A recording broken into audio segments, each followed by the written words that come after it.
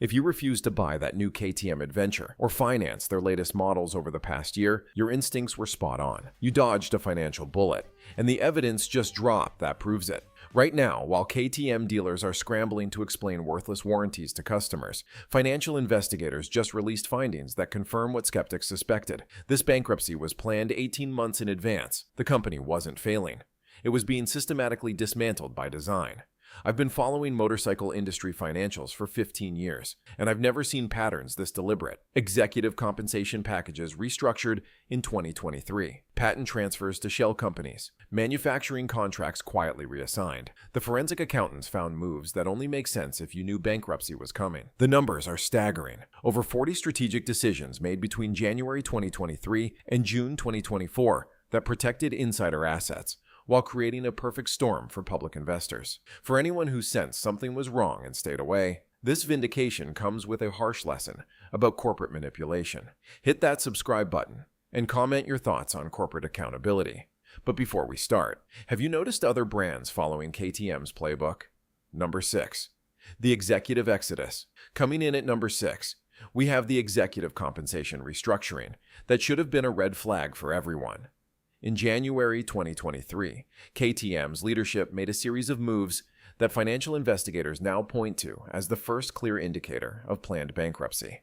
Key executives restructured their compensation packages, shifting dramatically from stock-heavy to cash-heavy payment structures. This wasn't a minor adjustment. It was a wholesale revision of how the company's leadership received payment, effectively insulating them from the stock collapse they knew was coming. The CEO and CFO quietly sold substantial personal KTM holdings while publicly stating unwavering confidence in the company's future. These sales weren't disclosed prominently in financial statements, but were buried in regulatory filings that few investors would notice. When questioned later about these sales, executives claimed they were routine diversification moves.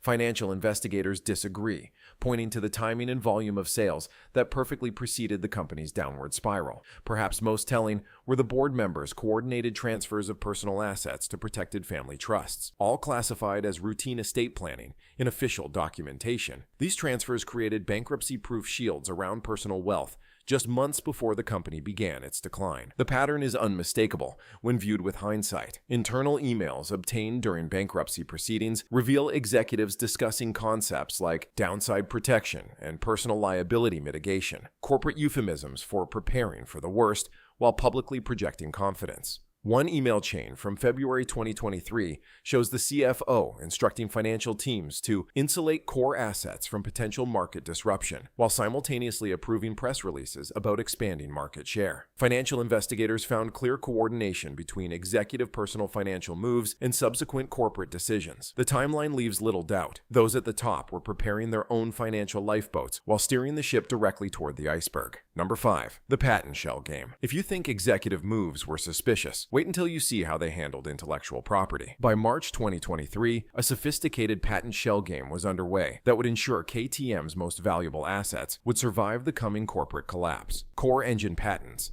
the technological heart of KTM's motorcycle lineup, were systematically transferred to newly created subsidiary companies. These weren't standard subsidiaries, though. Financial investigators discovered these entities were structured with ownership that traced back to board members and key executives, not to the parent company, as would be typical in normal corporate restructuring. The key technology licenses that give KTM its competitive edge were reassigned to entities with leadership structures identical to the KTM board. This created a perfect scenario where the company could collapse while its intellectual property remained protected and controlled by the same individuals, just under different corporate umbrellas. The patent portfolio, valued conservatively at more than $400 million, moved to what bankruptcy experts call bankruptcy remote vehicles, companies specifically designed to protect assets from creditors during a corporate failure. These transfers weren't accompanied by appropriate financial compensation to the parent company, effectively removing assets that could have helped satisfy creditor claims later. New licensing agreements were created that would survive corporate bankruptcy, allowing these patents to be immediately deployed in whatever new ventures emerged from KTM's ashes. The structure ensured that the same executives who presided over the bankruptcy would maintain control of the technology that made KTM valuable in the first place. Forensic accountants revealed the most damning detail. These transfers happened at significantly below market valuations,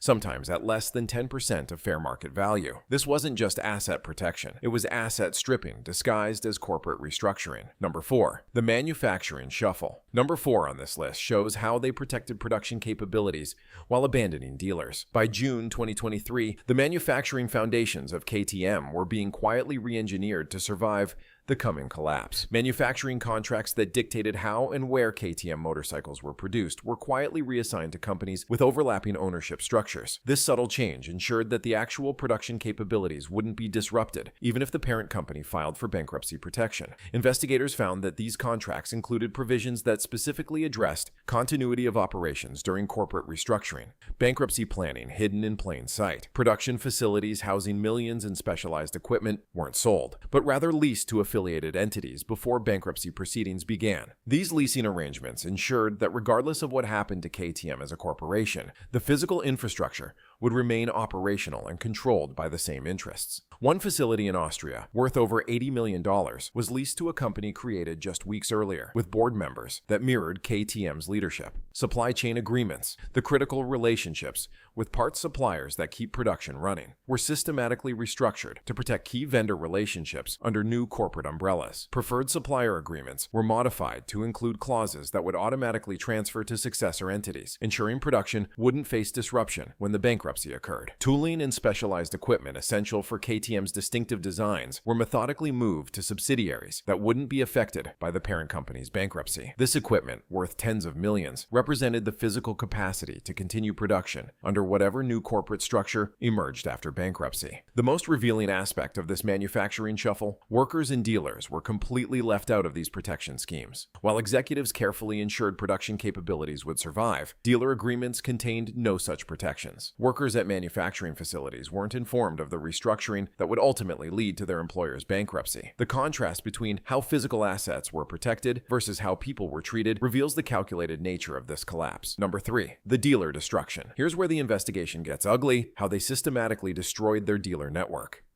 By September 2023, KTM began implementing changes to dealer relationships that would maximize dealer vulnerability while minimizing corporate exposure. Floor plan financing terms. The credit arrangements that allowed dealers to maintain inventory without paying cash up front were significantly altered to increase dealer inventory risk. New terms required dealers to maintain higher inventory levels while shortening payment windows, creating a cash flow trap that would become devastating once bankruptcy was filed. Financial investigators found internal documents showing these changes were specifically designed to maximize dealer inventory investment before bankruptcy proceedings began. Warranty reserve funds, money set aside specifically to cover customer warranty claims, were quietly redirected away from protected customer accounts. These funds, which should have been held in trust for future warranty work, were instead reclassified as general operating capital that would become inaccessible once bankruptcy was filed.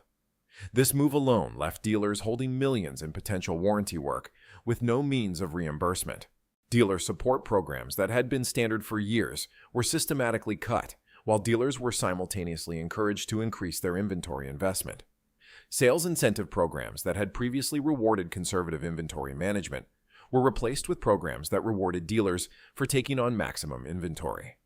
One internal memo uncovered by investigators specifically noted the goal of maximizing dealer floor plan exposure prior to Q2 2024, the exact quarter when bankruptcy was eventually filed. Service parts availability was strategically restricted, forcing dealers to tie up more capital in parts inventory to maintain service operations.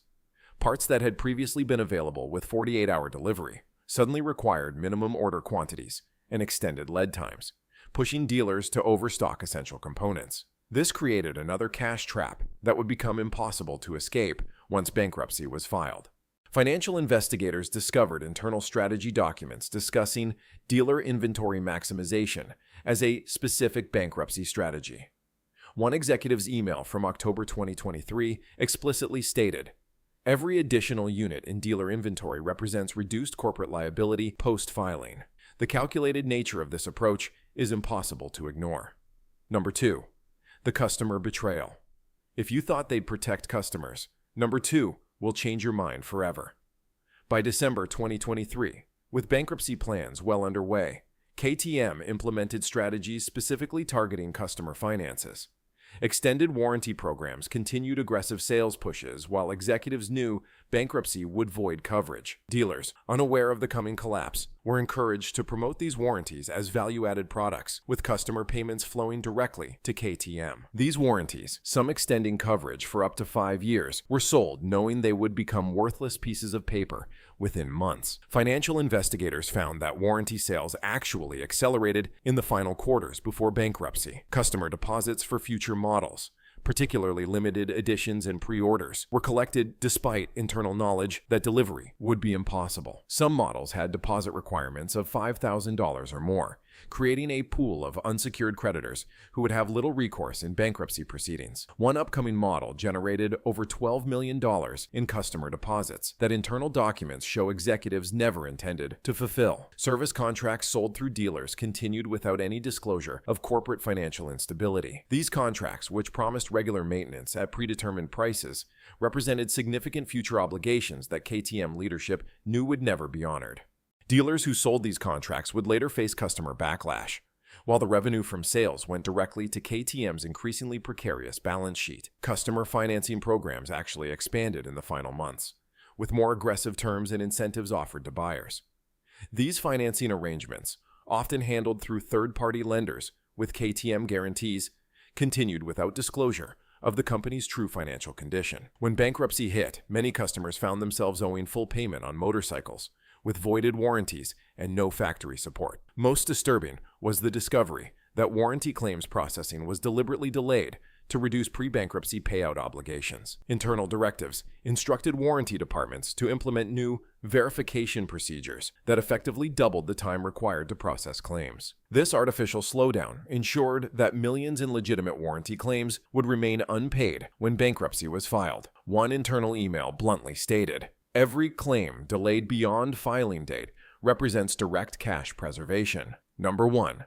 The final 30 days. Number 1 is the most shocking discovery. What happened in the final month before filing? May 2024 wasn't just the end of KTM as we knew it. It was the culmination of an 18-month asset protection strategy executed with surgical precision. Over $50 million in assets were transferred to executive-controlled entities in the final 30 days before bankruptcy filing. These transfers, which should have raised immediate red flags for regulators, were disguised as strategic partnerships, technology licensing agreements, and management service contracts. Financial investigators found that these last-minute transactions were structured specifically to fall outside the typical bankruptcy look-back period, making them difficult to claw back for creditors. Customer service systems were deliberately degraded to reduce warranty claim processing capabilities. Technical issues, staff reductions, and system migrations combined to create a perfect storm of dysfunction that prevented customers from submitting claims that would have become creditor claims in bankruptcy. One IT director's email uncovered during the investigation stated, "System migration timing isn't coincidental. The reduced functionality during this period serves multiple purposes. Remaining cash reserves that should have been available to creditors were methodically moved to protected accounts, unavailable in bankruptcy proceedings. Through a series of intercompany transfers, foreign subsidiary arrangements, and management fee payments, liquid assets were drained from entities that would face bankruptcy while accumulating in entities that would remain untouched. Financial investigators traced over $30 million that disappeared from balance sheets in the final weeks through these mechanisms. Key employees who would be essential for any post-bankruptcy operations were quietly offered retention bonuses paid through bankruptcy remote subsidiaries. These agreements ensured continuity of crucial talent while bypassing bankruptcy court oversight of executive compensation. Some retention packages exceeded annual salaries, all paid just days before filing, and structured to avoid being classified as bankruptcy-related compensation. Perhaps most damning were the board meeting minutes showing final coordination of what one executive called the controlled demolition timeline. These minutes, obtained through court proceedings, detailed the completion of the asset protection strategy and coordination of final steps before filing. One board member specifically asked about liability exposure from the structured unwinding process, corporate speak for, "Can we get caught?" The sophistication of these final moves reveals the true nature of KTM's bankruptcy. This wasn't a company trying to survive difficult circumstances. This was the final execution of a meticulously planned corporate extraction, designed to leave valuable assets in friendly hands while abandoning obligations to dealers, customers, and investors. The bankruptcy may have seemed sudden to outsiders, but the evidence shows it was the product of 18 months of calculated decisions designed to protect those at the top while sacrificing everyone else. So there you have it, 6 calculated moves that expose KTM's bankruptcy as a deliberate plan, not a business failure. The financial landscape is shifting, with luxury brands deploying these tactics more than ever. This investigation should make you question which brands you trust and why you buy what you buy. The wealthy elite are rewriting rules while customers pay the price. Do you agree this was planned? Who's next to fall? Subscribe now because what we're uncovering about other iconic brands will shock you even more.